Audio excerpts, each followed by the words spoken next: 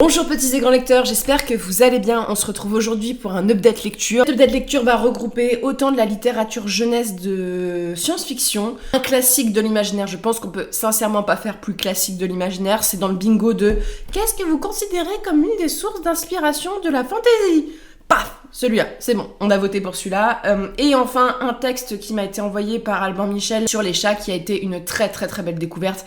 Mais plus j'avance dans l'âge, plus je commence à me rendre compte que je suis une vieille folle à chat. Donc pour le coup, dès qu'il y a des chats sur les couvertures, je pars déjà sur une bonne appréciation. Je vous propose de découvrir les chats en premier. Donc c'est Chats sous ordonnance de Shiyu Ishida, donc qui est une autrice japonaise, qui a été vraiment une très belle lecture, parce que c'est une lecture tout en douceur, en tristesse, et qui, malgré le fait que ça parle de chat, parle, je trouve, assez bien de la société japonaise. Plusieurs nouvelles qui forment un roman, par l'écho de j'ai entendu quelqu'un qui s'est fait soigner là pour x et x raisons, vont se rendre dans une clinique qui apparaît pas, et la personne, qui est une personne assez étrange dans cette clinique, va leur prescrire des chats à chaque fois pour résoudre leurs problèmes, et le fait d'avoir un animal de compagnie va beaucoup changer leur vie. Pour la première nouvelle, tu suis un jeune homme qui est harcelé au travail, qui se retrouve dans une situation compliquée parce qu'on lui confie des documents secrets, voilà, des choses qui sont pas cool pour l'entreprise, et il se retrouve viré par un de ses chefs. Au chômage, au Japon, c'est quelque chose de vraiment très mal vu, surtout pour ce jeune homme qui est fils unique, dont les parents se sont sacrifiés pour lui payer des études supérieures. Il a consulté pour harcèlement au travail, et c'est le chat en quelque sorte qui l'a fait virer de son boulot. Et il va s'épanouir dans un autre travail beaucoup plus manuel, où les gens en fait se lient d'amitié avec le petit chat, et il va s'en sortir beaucoup plus heureux. On va voir une dame qui a perdu son chat et qui va devoir se reconstruire. Un père de famille japonais qui a l'impression de passer à côté de sa vie, sa femme l'aime plus, sa fille n'est pas du tout intéressée par lui. Et on a une maman qui n'arrive pas à communiquer avec sa fille, qui se retrouve dans une situation assez compliquée. Et autant on présente des chats, chacun a sa race, sa particularité. Ce qui est intéressant dans ce texte-ci, c'est vraiment les problèmes de société japonais qui sont soulevés. Et le fait du harcèlement au travail, le fait des relations sociales au Japon, la pression sociale, et aussi des rôles de l'animal, parce que l'Asie a une façon très différente de considérer l'animal de compagnie qu'en Europe. Voilà, c'est quelque chose que tu vois en Corée actuellement, au Japon, qui a un peu un boom d'adoption pour les chats et les chiens, les lapins et ce genre de choses, mais c'est pas des cultures où c'était très présent. Le chat était vénéré d'une certaine manière, mais pas forcément tel un animal de compagnie. Je pense que ce roman plaît d'autant plus que c'est mignon, et que voilà, c'est une solution assez étrange mais sympathique, et c'est tout l'amour qu'on porte au chat et à la figure du chat, assez maligne, assez douce. Ils sont tous différents, parfois ils sont un petit peu catastrophiques dans leur façon de se comporter, d'autres sont tellement mignons que t'as envie de repartir avec eux, mais c'est vraiment les questions de société, du père japonais qui voit jamais sa famille parce que c'est lui qui travaille pour subvenir aux besoins. Voilà, parce que dans la société japonaise, les femmes doivent s'arrêter de travailler. C'est la société qui construit le système comme ceci. C'est très difficile pour une femme qui a un enfant de pouvoir travailler, notamment du fait du système par exemple scolaire. Et donc c'est pas mal de choses qui sont touchantes sur ce système-ci et qui le remettent en question, et qui parle du fait que l'introduction des animaux de compagnie va sûrement changer pas mal de rapports au Japon, voilà, pour le coup. On va pas parler du travail éditorial, mais cette couverture, je fonds à chaque fois dessus. C'est écrit assez gros. Et la subtilité dans le texte qui m'a beaucoup plu aussi, c'est que voilà, ces nouvelles, tu vois un petit peu vers quelle articulation elles vont, les gens vont pas bien se rendre à un endroit, et en fait au fur et à mesure on apprend pas mal de choses sur cet endroit mystérieux, jusqu'à la révélation de fin qui m'a assez touchée, mais en même temps je suis très sensible avec les animaux, c'est-à-dire que je peux voir des massacres d'humains à la télé, voilà, mais tu vois, dans Je ne suis pas une légende, avec le chien, j'en suis jamais remise. Donc, ça m'a énormément touchée, parce que ça parle aussi de la perte des animaux, parce qu'on en parle aussi du deuil animal, et en quoi c'est parfois aussi terrible qu'un deuil humain, voire parfois plus difficile pour certaines personnes. Et surtout, ça parle de l'abandon, de comment on traite les animaux, et de comment beaucoup de gens aiment mal leurs animaux aussi d'une certaine manière. C'est subtil, et j'aime beaucoup, j'ai vraiment adoré ma lecture, et je le conseille énormément pour les gens qui sont passionnés du Japon, voilà, c'est une culture qui les intéresse, parce que on va retrouver des questions de société, et en même temps cette figure du chat, regardez-le, mais en plus d'une plume qui est pas difficile, pas si poétique que ça, mais simple. En fait, le fait que ça soit simple, que les histoires soient simples, que ça soit simple, ça donne un style à cette littérature qui est assez poétique, assez triste et belle et joyeuse en même temps et parfois drôle. Et avec ses renversements, moi c'est un texte que j'ai beaucoup aimé, notamment parce que ça a beau être des nouvelles, ça construit vraiment une histoire et que quand t'as les révélations, ça te serre le cœur. Voilà, moi la fin, je la trouve assez bouleversante. Et je vous le conseille, même là il y a un petit chat sur le dos. La vieille folle du village a parlé, c'est bon. On enchaîne ensuite sur quelque chose. Alors il n'y a pas de chat, mais on parle aussi d'animaux de compagnie. Et ça a une grosse importance. Il n'y a pas de chat, je dis des conneries, parce qu'en fait le personnage principal, il y a un chat dedans. En fait c'est l'update du chat. C'est un texte que je voulais absolument découvrir. C'est de la jeunesse en tome unique et j'ai beaucoup apprécié ma lecture. Alors je vais le traiter comme un texte jeunesse, je vais pas le comparer à des textes adultes, ça aurait pas de sens. Par contre, c'est un texte que je vous conseille déjà à faire lire à vos enfants. Je pense que ça peut être lu à partir d'une dizaine d'années. C'est chez Medium, l'école des loisirs, donc ouais, ça doit être 10-12 ans si je dis pas de bêtises. C'est de la science-fiction, c'est Entrer dans le monde de Claire Duvivier. Alors, ce texte, c'est un texte qui est assez mystérieux au début, je peux pas vous en dire plus, c'est pour ça que l'update va pas forcément aborder tout. Je vais mettre les formes pour la fin parce que il y a un grand chamboulement. En fait, vous suivez une troupe d'enfants, d'adolescents, qui vivent dans une sorte d'endroit avec de la nature. Ils ont des cours avec le tuteur médecin, le tuteur jardinier et ce genre de choses. Ils ont grandi, ils sont nés sur ce lieu, ils ont été élevés par des parents, voilà, et ils évoluent et ils se rendent bien compte, on leur dit depuis l'enfance que un jour ils sortiront de là où ils sont pour aller dans le monde. Voilà, on leur dit ça, sauf que leur sortie va être beaucoup plus rapide qu'ils ne le pensent lors d'une visite d'un homme politique assez important et de ses 2 filles, où une attaque va survenir et les enfants vont devoir fuir d'une certaine manière.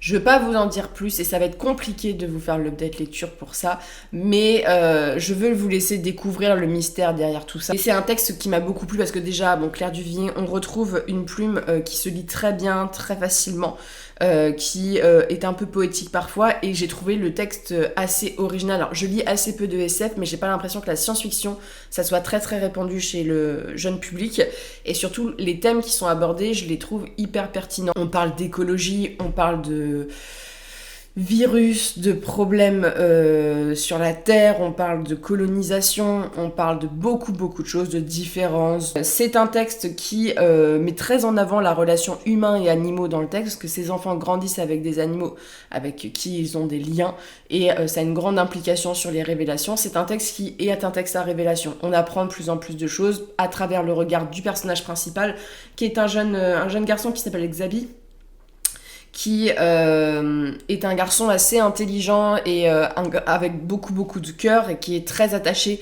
à son chat, qui est une chatte assez tyrannique pour le coup, et qui va faire la rencontre d'une des filles de ce politique, et ça va bouleverser sa vie d'une certaine manière.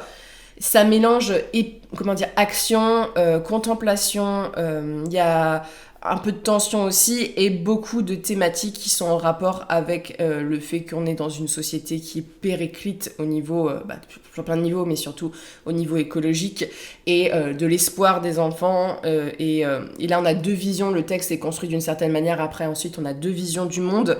Et c'est un texte assez frustrant dans le sens qu'on aurait très bien pu imaginer une suite. Voilà, ça a une fin déterminée, mais la suite donne envie. Voilà, et je trouve que c'est assez cool de pouvoir parler de science-fiction de façon facile, pas trop scientifique et indigeste, et d'y croire quand même. Je trouve que le monde, on y croit quand même. Et surtout, moi, c'est ce que j'avais déjà aimé chez Claire Duvivier dans La Tour de la Garde. Je trouve que sa manière de d'écrire les personnages est très humaine, assez réaliste. Et surtout, là, il y a tout un rapport aux parents. Il y a beaucoup de scènes qui sont très touchantes. Moi, c'est un roman, je sais pas, ça m'a assez serré le cœur pendant tout le texte. Et j'ai aimé aussi les choix narratifs qui ont été faits à la fin, qui sont des choix assez déchirants et pas toujours simples à faire, mais je trouve qu'ils sont assez pertinents.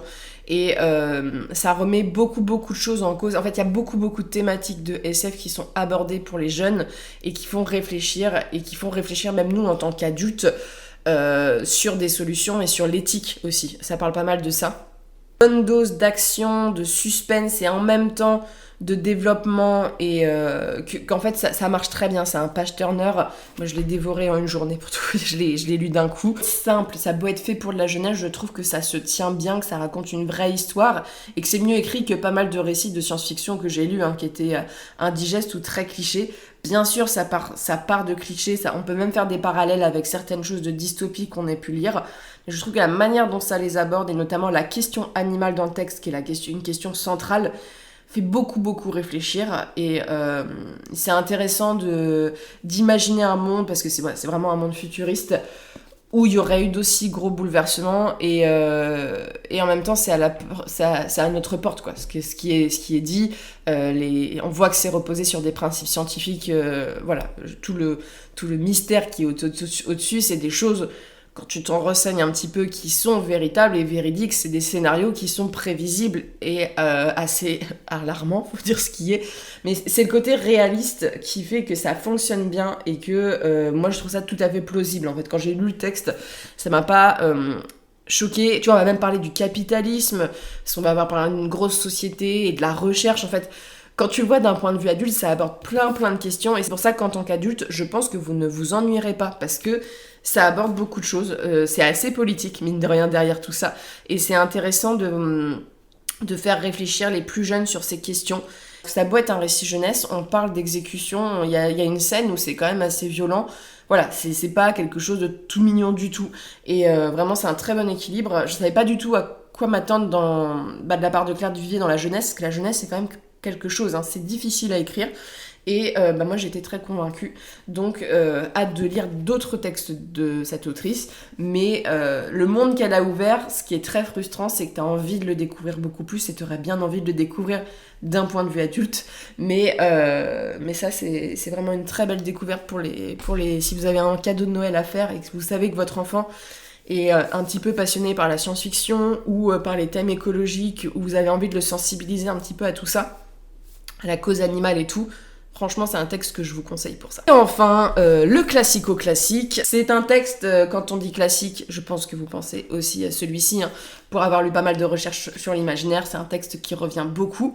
Alors, ce texte, ça va être compliqué pour moi de vous le chroniquer parce que c'est un texte qui m'obsédait depuis quelques années, depuis que j'ai 15-16 ans. En fait, depuis que j'ai découvert vraiment l'imaginaire pour l'adulte, je revoyais ce texte-ci quand je faisais des recherches, qui revenaient, parce que La fille du roi des elfes, c'est quand même quelque chose, tu vois, c'est arrangé dans les grands textes comme Le Seigneur des Anneaux. Et donc, c'est quelque chose qui me fascinait. J'avais une vision, en fait, de ce texte-ci. J'imaginais quelque chose qui est assez différent de la réalité. Alors déjà, je pense qu'on doit parler du travail éditorial absolument somptueux de Calidor. Alors, je suis très fan de la couverture, je suis un peu moins fan de l'intérieur. Alors, c'est très joli, je vais pas dire que c'est très beau. Le truc, c'est que je trouve... mais c'est le problème, c'est que je trouve que c'est assez enfantin, les dessins dedans. Et que chez Calidor, je suis plus, on va dire, confrontée à des choses un peu plus adultes.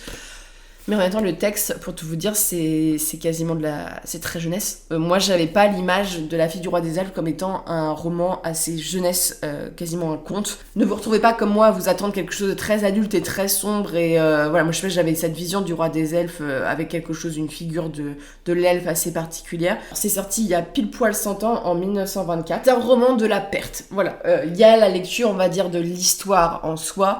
Et ensuite, t'as toutes on va dire les messages qui sont passés, mais c'est un roman de la perte, c'est un roman un peu triste quand même, d'une certaine manière. Vous suivez donc Aldéric, je crois son nom, je sais pas pourquoi je l'appelle Aldéric, non c'est Alvéric, qui est un jeune seigneur dont le père n'est pas très en forme, voilà, il est malade, et il lui dit, mon fils va épouser la fille du roi des elfes, c'est un peu ma dernière volonté. On est dans un roman qui s'inspire vraiment du côté médiévaliste, donc il obéit à papa, il part pour une quête la chercher, il arrive à pénétrer le royaume des elfes, il voit la fille, il en tombe immédiatement amoureux, il l'embarque, il la kidnappe, vraiment au sens propre, et ils fuient tous les deux pour rejoindre le monde des hommes, sauf que le père de la jeune elfe va pas être... De la jeune, c'est toute une question de... Là, elle est pas si jeune que ça, va pas être d'accord avec ça, et... va tout faire d'une certaine manière pour récupérer sa fille. Alors, C'est un texte qui, au-delà de son histoire, on va dire assez classique de jeune homme qui enlève une jeune femme qui s'ennuie dans son royaume, ils vont construire une vie. Le présupposé classique va vite être bouleversé par le fait que cet elfe, en fait, Alveric, va vouloir... Il y a une image des femmes dans le texte, je trouve, qui est assez... qui essaye de se libérer, va vouloir, on va dire, forcer sa femme à s'adapter à la population humaine. C'est une elfe, elle ne vit pas comme les humains, elle ne réfléchit pas comme les humains, et donc lui, il comprend pas. C'est quelque chose du genre leur mariage empathie, ils vont avoir un enfant, et donc ensuite on va suivre l'histoire de cet enfant, qui est un peu étrange, hein. On parle de chasse à la licorne et ce genre de choses, on part dans des délires où, voilà, un peu dans le conte initiatique et tout. Mais c'est aussi un récit de femme qui est enlevée et va pas forcément s'épanouir, et en même temps, voilà, je vous laisse découvrir à la fin, mais il y a cette chose-là, et ça amène à la question de la perte, parce que ça parle d'un père qui perd sa fille, ça parle d'un homme qui va perdre sa femme, ça parle d'une elfe qui va perdre sa culture, sa contrée, qui va perdre son fils.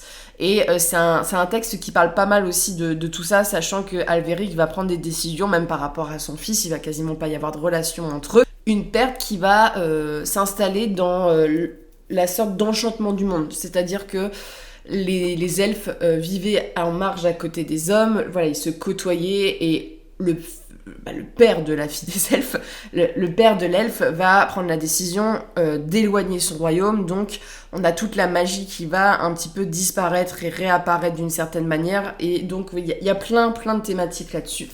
Et c'est un texte qui m'a un petit peu...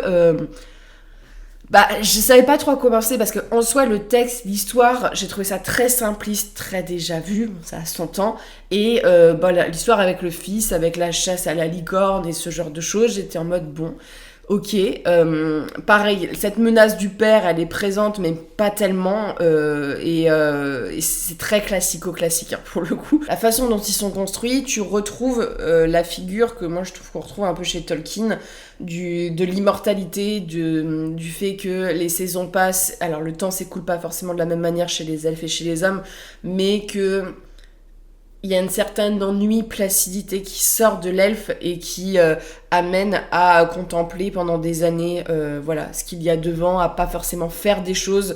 Et donc il y a pas mal de questions philosophiques qui peuvent en ressortir. On retrouve quasiment la figure du magicien dans l'elfe. Et voilà, c'est un portrait de l'elfe qui est assez intéressant. Il y a aussi toute la figure de la licorne et de la chasse à courre. Il y a un mélange en fait de médiévalisme et de fantasy qu'on retrouve pas mal. Alors vraiment, si vous aimez la littérature médiévale, il y a tout le truc de la quête, de l'amour perdu. C'est assez riche au niveau de là-dessus. La quête du fils dans la construction du roman initiatique. Malgré un style développé avec du vocabulaire, en fait, tout était un peu simpliste, déjà vu. On voyait les choses venir, et surtout, il y avait des personnages comme Alveric, qui me sortait un peu des yeux, parce que son comportement qui est assez valorisé dans le texte, c'est pas du tout quelque chose qui serait valorisé aujourd'hui dans nos sociétés. La fin est assez précipitée. À certains endroits, c'était construit d'une manière un peu étrange et qui m'a pas convaincue. Mais j'étais contente de le découvrir parce que déjà, c'est une vision de la figure des elfes qui est assez intéressante. Il y a aussi tout un bestiaire du fantastique, du lien des hommes par rapport à la magie et ce que ça apporte, la différence entre les peuples, l'ode à la nature et ce genre de choses. L'elfe c'est toujours beaucoup tourné vers la nature, mais je pense que j'avais beaucoup trop d'attentes sur ce livre. Je pense que je m'attendais à quelque chose de plus sombre, plus travaillé, plus torturé, plus... je ne sais pas. Mais en fait, j'avais vu des vidéos il y a très longtemps d'une jeune femme qui en parlait, et qui en parlait d'une certaine manière, avec un côté un peu sombre, un côté un peu... En fait, elle mettait vraiment pas en avant le côté assez... pas nier jeunesse, mais le côté assez enfantin, je trouve, qu'on retrouve dans le texte, qui en plus est appuyé par des illustrations, à mon sens, qui sont jolies mais très enfantines. Et c'est vrai que il y a des belles scènes dans la forêt avec les animaux, mais c'est clairement, ça répondait pas à mes attentes. Mais en soi, c'est un texte que je vous conseille de lire pour ce que ça a eu comme implication. Ce qui est bien avec les éditions Calidor, c'est qu'on a des préfaces et des postfaces intéressantes. Et sur l'héritage, parce que c'est des textes qui ont par exemple inspiré Gaiman, c'est des textes qui ont une implication sur des auteurs actuels d'imaginaire. Mais c'est vrai qu'il faut arrêter d'encenser c'est vrai qu'il faut peut-être arrêter d'encenser les classiques d'une certaine manière, parce que parfois peut être un petit peu déçu, parce qu'on a quand même lu pas mal de choses, et en fait on se dit ouais, sans plus, tu vois. C'est un peu mon avis sur ce texte-ci. pas désagréable et qui peut être lu assez jeune. Hein. C'est un texte, tu vois, autant qu'à Leader, il y a des textes du genre Lilith et tout, je le recommande pas forcément à un public jeune, mais ça, à partir de 14-15 ans, je pense que ça peut se lire assez facilement. Et si vous aimez un petit peu tout ce qui est culture elfique, si vous aimez tout ce qui est un peu culture forestière, les licornes et ce genre de choses, c'est un bestiaire assez original actuellement. C'est pas ce qu'on retrouve le plus, le petit peuple, et voilà. Donc c'est intéressant d'avoir cette lecture-ci, mais très inspirée du médiéval, et je pense que c'est pour ça que ça m'a bloqué, c'est que c'est du médiéval au plus classique du médiéval et au plus cliché du médiéval, sans avoir la langue et la richesse du médiéval. Voilà. Sur ce, n'hésitez pas à me dire si vous avez lu ces livres, surtout si vous avez lu La fille du roi des elfes. J'aimerais bien avoir votre avis, parce que moi ça a quand même été un peu une déception. C'est pas un mauvais livre, hein, j'en ai bien conscience et que j'ai passé un bon moment de lecture, mais j'aimerais bien avoir des avis de gens qui étaient peut-être pas aussi hypés que moi, qui étaient peut-être dans une démarche assez autre et qui vont peut-être sûrement apprécier plus le livre, et voir ce que vous en avez tiré. Et sur ce, je vous souhaite de très bonnes lectures et une très bonne journée.